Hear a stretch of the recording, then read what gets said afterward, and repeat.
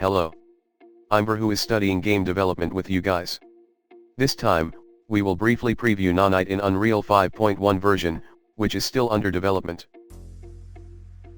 As in the previous Nanite video, Unreal 5.0's Nanite had some limitations. The point was that Nanite could not be applied if the mesh was deformed, such as in animations, morph targets, or world position offsets using headers.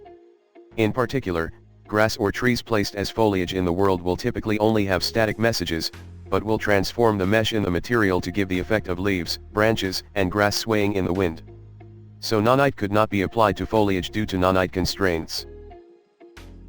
However, as a result of checking the Unreal 5.1 version, Nanite can be used for foliage from the next version.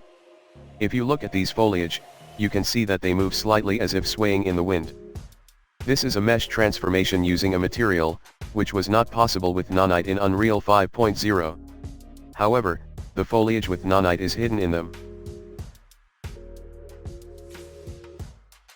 Change the view mode to Nanite visualization to see who is the culprit. If you look closely again, you can see that even though Nanite is being applied, the foliage is shaking according to the material's world position offset.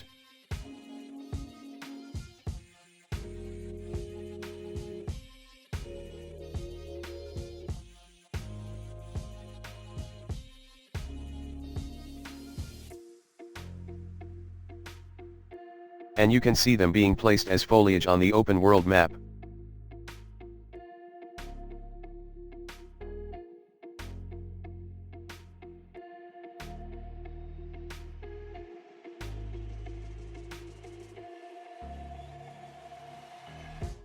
In this video, we previewed the new features supported in Unreal 5.1 Nanite.